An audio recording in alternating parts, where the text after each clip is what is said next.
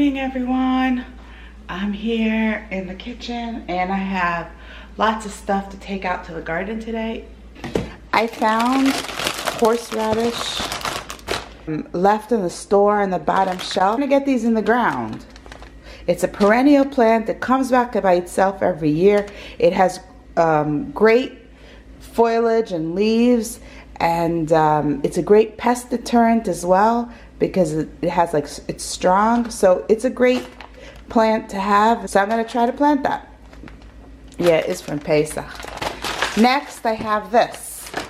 My quail eggs are going on lockdown, which means the 3 days before they hatch, from day 15 to 18, then they're not supposed to turn. They're on a rotating holder that rotates every 2 hours, we said, and I have to take them out and get them in this. The second thing I have is this. I've never given it to them, but they should like the whole thing and eat the whole thing, and I hope there are lots of seeds in here. There you go. These seeds, natural dewormer for my pumpkins. Who would have known? So I'm going to take one out for the chickens, one out for the turkey, and let them enjoy. Let's go. You are still managing to escape. Only one. Flies up, flies down. That's the only way.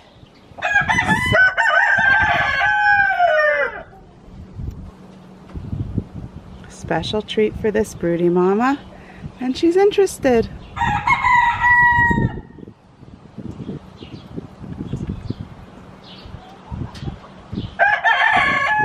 How about you, Lucky? Yeah, you enjoying it? Yeah, good, I'm glad.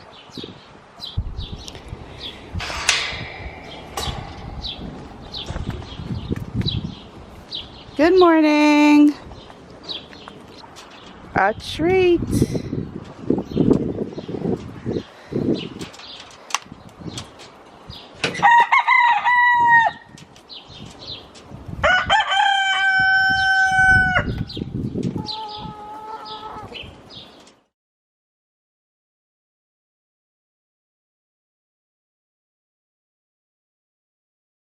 So what I'm going to do is I'm going to move these eggs to this side. 5, because I want to know, these eggs I put in second, these eggs are first. I take out the quail eggs and put them in here. Ooh, you can literally feel them. I could feel them moving. So weird.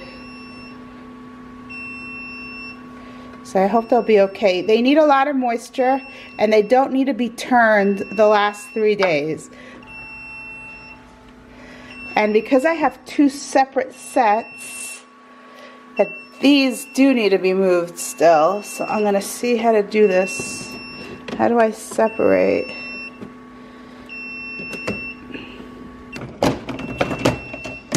Okay, these are gonna come out.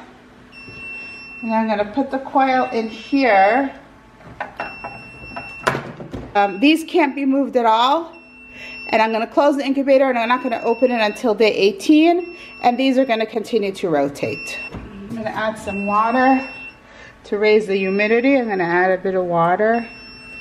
Okay, down in the art studio, I have our quail who was injured. He's doing fine. A neighbor of mine found him 2 roads down and injured with a leg injury. So I'm glad that he's back to himself and fine. But that's not what I want to talk to you about.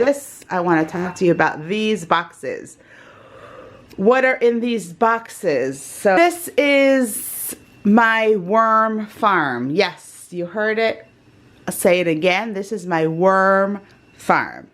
So let me explain what a worm farm is and why I keep a worm farm. Let's start from the outside. These styrofoam boxes I picked up in the fish store in what year? In 2017. Okay, so I have my worm farms going on from 2017, which is 3 years old. I throw these boxes out. Get the fish in it, delivered in it, and they just throw them out. And I took them and reused them to make them into my worm farms. This is how the boxes look. And they come with covers. It's very good. Anyway, why would I have a worm farm?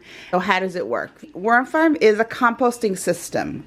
Okay? Worms will compost food scraps.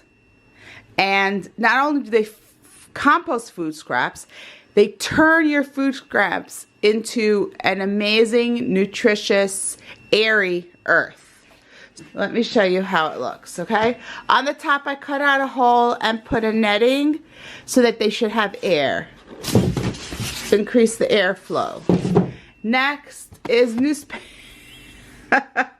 Sorry, mister. Next is newspapers to hold in the moisture. And then on the bottom, inside here, we have our worms. Basically, this is our worm farm. Red wriggler worms. Tons of food scraps in here. I put lots of bananas. This is what the worms turn your food into. It's called worm castings. You can actually buy it. It's an amazing, amazing, absorbent, rich nutrition rich material for planting, and improves the quality of your soil amazingly. All they need, the worms, is food scraps, some, and keep them moist. They like to be in dark, moist places. Also recycling, they're also producing amazing earth. The second thing that they do is all the liquid and the moisture. Made holes on the bottom of this box. There are holes, and this box has the water drips into this box. So in this box, I now have a liquid fertilizer that I then dilute and put directly on my plants. In gardening terms, this liquid, let me show you. This liquid, okay, these are the holes. You can't really see it, just looks like a mess. This liquid, called liquid gold. That is how good it is for your plants. Liquid gold. So it's going to be a really, really hot week in Israel this week. I'd like to get some of this liquid gold to give my plants an extra boost for this upcoming week.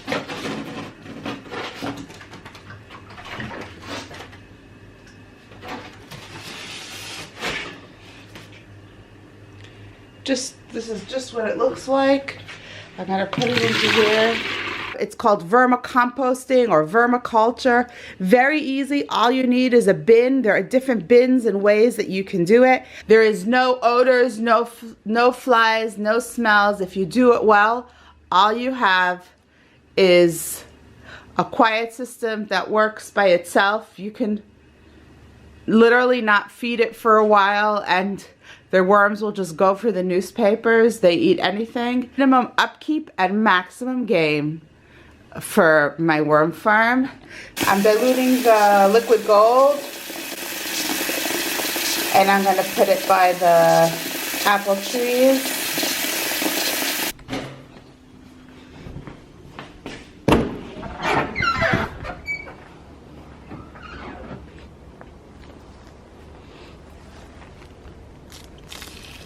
Lemon tree, extra boost in this heat. Okay, I'm going to the apple trees. The tree that I showed you was full of aphids. Not anymore. It looks good.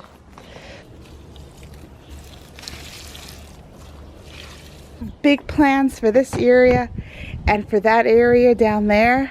I want to plant 2 more apple trees and fix up this area.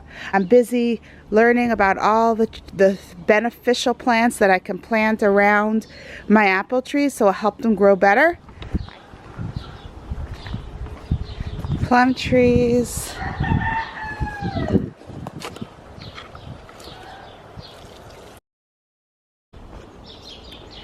All right, this is the Mara, the Chazeres. Wanted planted around my fruit trees, but I'm not exactly sure where and when. So what I'm gonna do is just take little pieces. I'll start with this one. Stick them into some soil. This one is fruiting there. So I don't know if you do little pieces or just stick in the whole pieces. Not exactly sure. Might be able to cut it into smaller pieces and get more out of it, but I'm just gonna bury it as it is.